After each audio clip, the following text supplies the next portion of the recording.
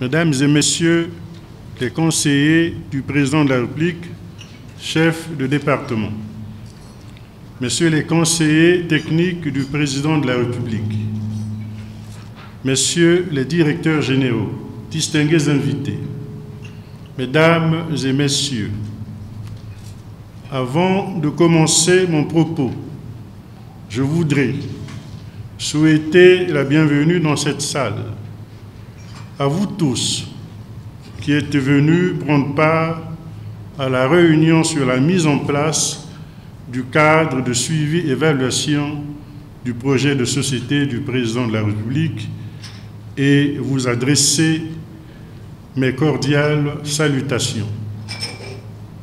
En effet, l'élection présidentielle du 20 mars 2016, qui a permis de porter un candidat, le président Denis Sassou Nguesso, à la tête du pays pour un mandat de 5 ans, a eu lieu sur la base de son projet de société intitulé « La marche vers le développement », pour lequel nous avons l'impérieux devoir de créer le plus vite possible les conditions de suivi et d'évaluation.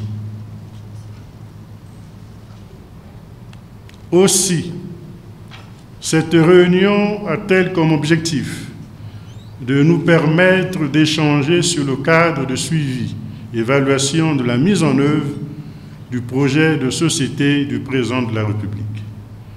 De façon spécifique, il s'agit de passer en revue le projet de société du Président de la République, discuter sur le cas de suivi et évaluation, définir les grandes lignes de l'avant-projet de la feuille de route du futur gouvernement.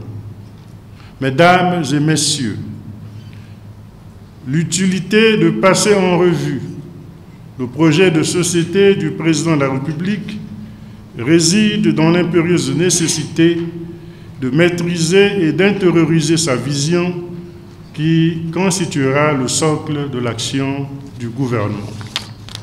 Ainsi, le cabinet du chef de l'État, qui est investi des missions de suivi et évaluation, d'études et de conseils, doit s'imprégner de cette vision pour exercer avec efficacité sa fonction de veille lors de l'opérationnalisation de ce projet de société.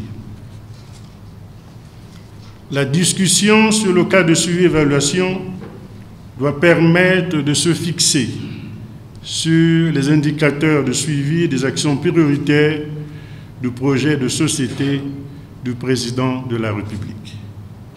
À cet effet, les membres du cabinet du Président de la République doivent s'assurer que les indicateurs retenus aux fins de suivi et évaluation sont des indicateurs pertinents, c'est-à-dire spécifiques, mesurables, acceptables, réalistes ou pertinents, temporels et évaluables. SMART en sigle. Pour chaque caractéristique sus-indiquée, nous retiendrons ce qui suit. Spécifique. La spécification de l'action doit être clairement établie. On utilise parfois le terme simple. Mesurable. Il doit être mesurable. Les indicateurs chiffrés devant être incontestables et reconnus par toutes les parties. Acceptable. Il doit pouvoir être atteint. Il doit être réalisable et réajusté si le contexte change. Réaliste ou pertinent. Il doit être clairement lié à l'action prioritaire mise en œuvre par le ministère qui en a la charge. Temporellement défini.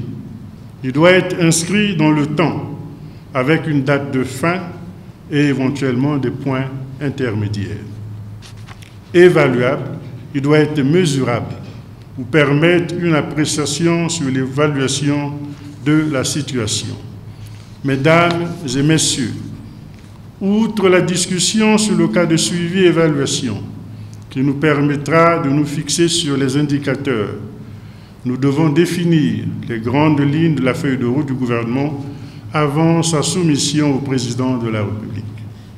Il importe de rappeler ici que dans le cadre de l'instauration de la nouvelle République, la responsabilité de l'action gouvernementale incombe au Premier ministre qui a la charge de présenter le programme de son gouvernement devant le Parlement après sa nomination. Pour un Premier ministre issu de la majorité présidentielle, le programme à exécuter est de toute évidence celui qui émane de la vision du président de la République. C'est la raison pour laquelle nous devons exploiter le projet de société du président de la République de façon à extraire la feuille de route à proposer au chef de l'État pour l'orientation de l'action gouvernementale. Mesdames et Messieurs, le travail que nous sommes amenés à faire est d'une importance capitale pour rendre opérationnelle la vision du président de la République. Je vous invite à vous investir pleinement dans l'accomplissement de cette noble tâche pour que la vision du président de la République trouve une traduction effective en actions concrètes afin qu'aux yeux de tous, qu'il soit acquis qu'une nouvelle dynamique émerge réellement dans notre pays. Je vous remercie de votre attention.